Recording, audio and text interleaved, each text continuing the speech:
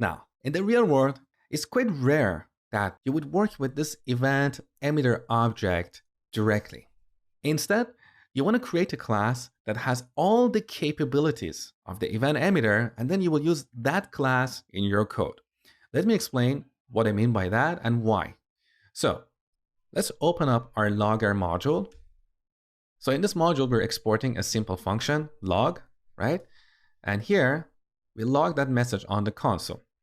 Now, after this, we want to raise an event.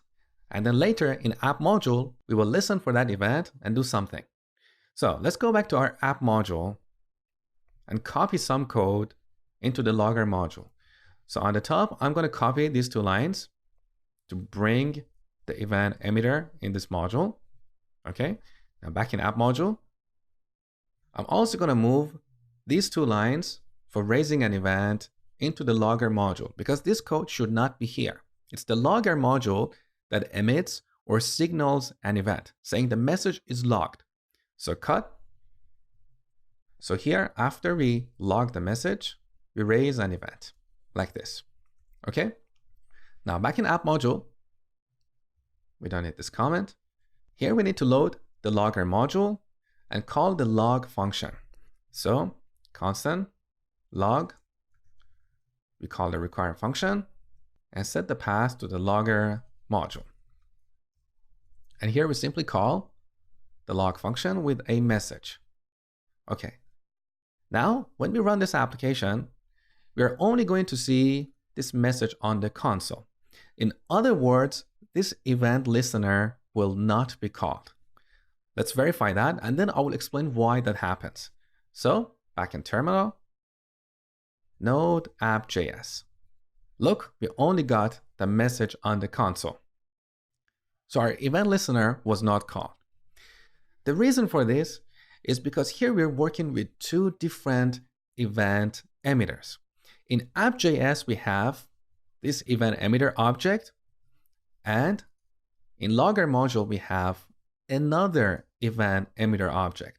So earlier I told you that a class is like a blueprint and an object is an actual instance. As a metaphor, I said we could have a class called human or person, but the objects could be Jack, John, Mary, Bob, whatever. So in this case, we have two different objects. In the logger module, we're using this emitter object to emit an event, whereas in app module, we're using another event emitter object to handle that event. These are completely different. So when we register a listener here, that listener is only registered with this event emitter, which is completely different from the other event emitter. So that's why I told you in your applications, it's very rare that you would want to work with this event emitter directly. Instead, you want to create a class that has all the capabilities of this event emitter, but it has additional capabilities. In this case, we want to create a class called logger that has this additional method, log. Okay, so the first thing we want to do here is to define a class. In ES6, we have this keyword class, which is a syntactical sugar for creating a constructor function. With this, we can define a class, logger. Note that the first letter of every word in a class should be uppercase. This is the Pascal case convention that we use for naming classes. So class logger, we have a code block. Now we need to move this log function inside this logger class. So cut, paste it here.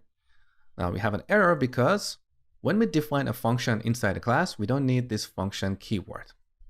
And from now on, we refer to this function as a method. So when a function is inside a class, we say that's a method in that class. Okay? So here we have this logger class. Now, at the end, instead of exporting the log function, we're going to export the logger class. Okay? Now we want this logger class to have all the capabilities of this event emitter. The way we do that is by using the extends keyword that comes in ES6. So extends, and here we add the name of the parent or the base class. So event emitter. And with this simple change, this logger class will have all the functionality that is defined in event emitter. So here, when raising this event, instead of using this emitter object, we're going to use this. So in this class, we can directly emit or raise events. Okay? And now we no longer need this actual emitter object because we have not used it anywhere in this code. So delete. We're done with the logger module. Now, back in the app module.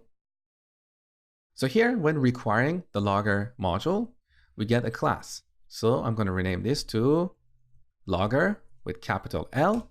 That's a class. Now we create an object. So new logger.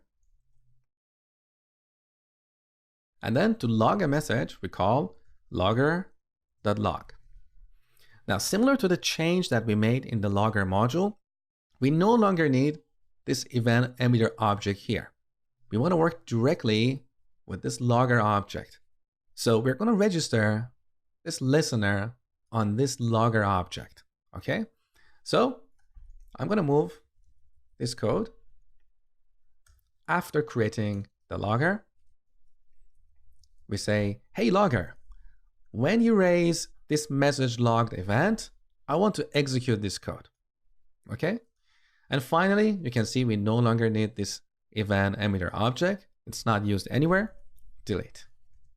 Now, when we run this application, we're going to see this message on the console, but also because we're using the same logger object for registering an event listener and also raising an event, we're going to see this message on the console.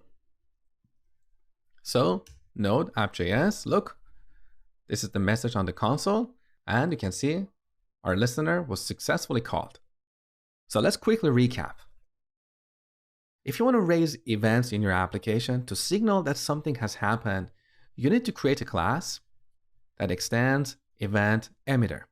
With this, that class will have all the functionality defined in event emitter, but you can also add additional functionality. In this case, we have the ability to log a message. And then inside that class, whenever you want to raise an event, you use this.emit because this references this logger class itself, which extends event emitter. So all the methods defined in event emitter will also be part of this class. Okay? And finally, in app module, again, instead of using an instance of event emitter, you will use an instance of the custom class that you have defined that extends event emitter.